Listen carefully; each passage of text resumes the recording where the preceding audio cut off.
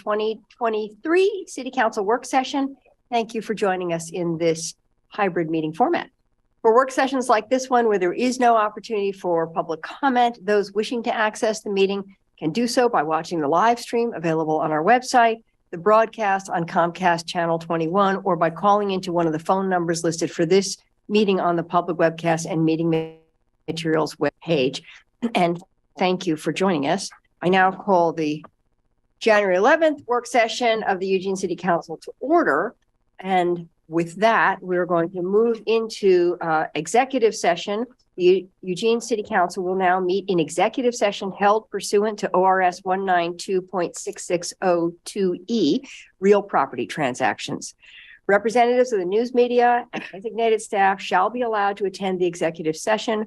All other members of the audience are asked to leave the meeting. Representatives of the news media are specifically directed not to record or report on any of the deliberations during the executive session, except to state the general subject of the session as previously announced.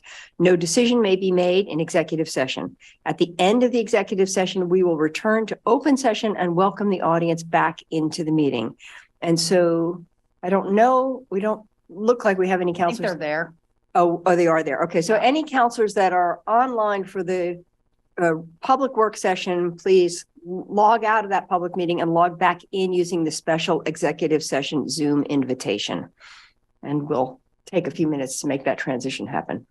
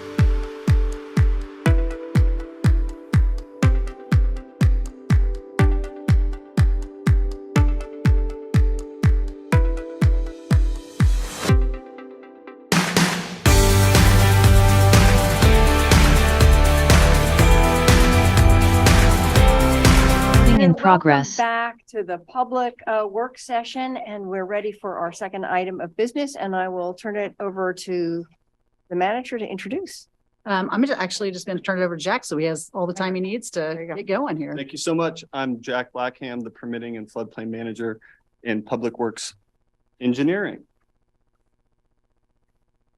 And Jeff Gepper. And Jeff Gepper is sitting next to my right. Jeff Thank you so much. Remember Jeff? Emily Jerome and Jennifer. Jeff's still here.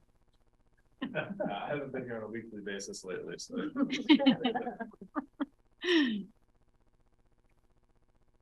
Okay, so we are here today to speak about the Floodplain Development Code amendments, which are required for the National Flood Insurance Program compliance for minimum standards. Like I said, I'm Jack Blackham. I'm the project manager, the permitting and floodplain manager. Jeff Gepper is our land use code lead. Jennifer Willer is city engineer, and Emily Jerome is our legal counsel. So we're talking about floodplain development code amendments within the urban growth boundary. Very briefly, the National Flood Insurance Program is a program that enables property owners to purchase flood insurance as a protection against flood losses. And that also requires that we as a local government community enact ordinances that protect and provide measures against future flood losses. So FEMA oversees the National Flood Insurance Program federally, and the Department of Land and Conservation Development oversee it within the state of Oregon. DLCD provided the model code language that we're proposing to adopt here. Eugene's been a participant in the National Flood Insurance Program since 1986. In 2020, DLCD conducted an audit or a community assistance visit of our floodplain program. Some recommendations and requirements came from that, one of which was to update our model, our existing code to be compliant with minimum standards for development in the floodplain.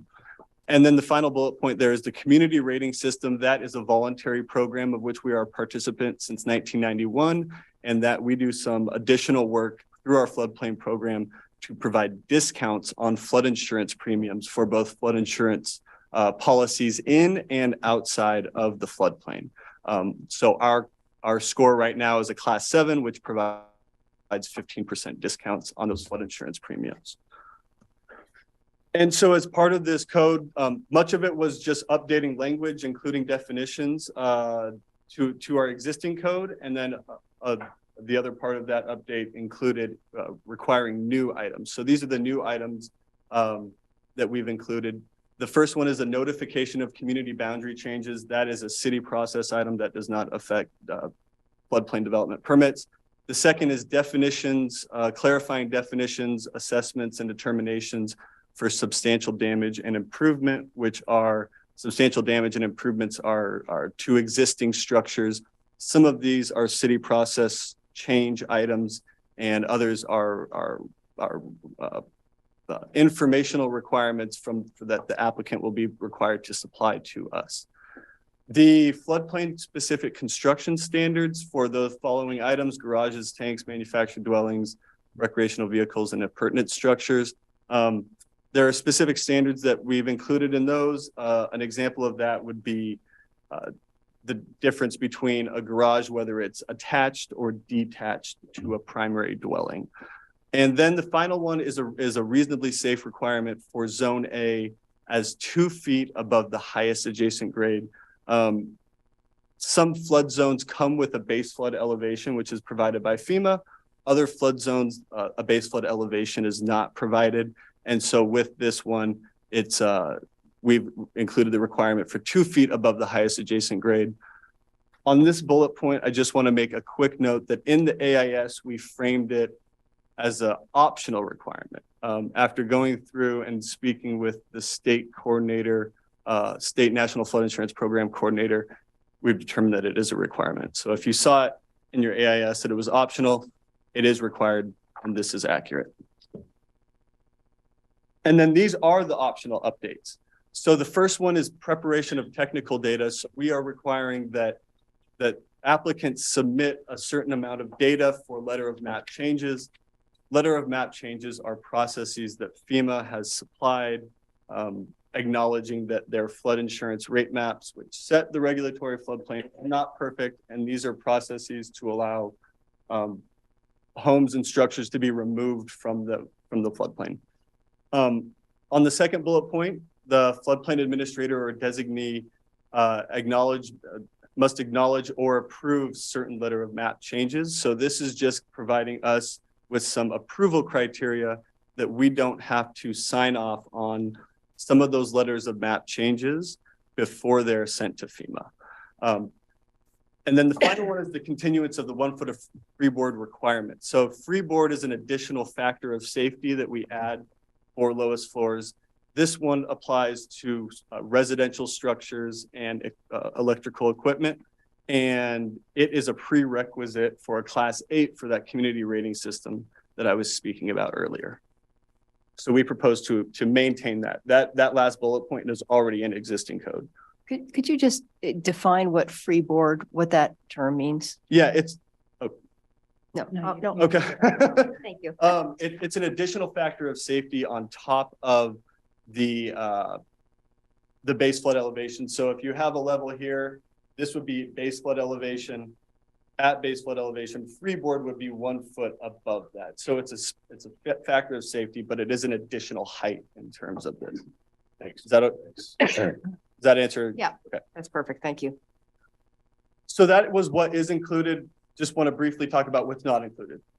Flood maps. I think some of you may have heard that flood maps are changing for the city, Lane County. Those are not, that's a separate process that those aren't affected by these proposed code amendments. The second one is the existing flood insurance policies or mandatory purchase requirements. Again, not affected by the proposed code amendments. And the final bullet point, any existing letter of map changes are not affected by the proposed code amendments. And then very briefly on the procedural process and next steps, I'll mention that we're working with Lane County because of the unannexed properties within the urban growth boundary. So we are coordinating with staff there. So that's why you see Lane County up on this. We held our first public hearing in September. We've received recommendations from both the Eugene Planning Commission and Lane County Planning Commission. Today we're having a work session. We're scheduled for a hearing later in February, and then we'll have a work session with Lane County Board of Commissioners later in February and come back to this body in March for deliberations and hopeful action, and the same for the Lane County Board of Commissioners. And so with that, I'm happy to take any questions about this or other floodplain related items. That was very succinct for a complex problem. Thank Thank you. I very much appreciate that. We Are should have there, presented the last item. I know. Model to be followed, really. Are there questions or comments on this? Any issues of concern? It's all, oh, there we go. This is getting a little off point, but are we involved in any work with the Army Corps of Engineers on evaluating dam stability, especially on the upper Willamette River? That's a good question. That's actually probably more our emergency management team. Okay. I mean, yes, the dams allow us to live in a historic floodplain, right? So of course we want to make sure that safety is still there, but that I think the emergency management team does more coordination than I. So Thank you, Manager. I would really like to get a little more information on that at some point. I mean, I know our schedule fills up pretty quickly, but the thought of if all those fail, that's 42 feet of water in downtown Eugene is troublesome. Okay. It's changing. Is that it, Randy? Yes, I'm Okay. sorry. Alan. Thanks, Mayor. I guess my question is, why doesn't the new maps impact this process? New floodplain maps. the new maps don't impact this. So the flood insurance rate maps set our regulatory floodplain. So our regulatory floodplain, also called the special flood hazard area, that is where floodplain development code applies. Because the maps have not become effective by FEMA, then the existing maps, as we're currently operating on today, those still remain effective. So once the maps are finalized by FEMA, we'll come back to this body because we have to incorporate and adopt them into code to set them as our regulatory. Did that answer the question? Okay. Yeah, I think so. I guess, Randy, your comment about the dams, I assume that is just a investigation looking at it, just a just in case kind of thing. Not that anybody said that those dams are not seismically safe or any other way, or as far as I know, all of them have been evaluated by the Army Corps, and they're all in good shape and safe, and that we shouldn't be freaking out the public by thinking that somehow these dams are going to break and flood Eugene.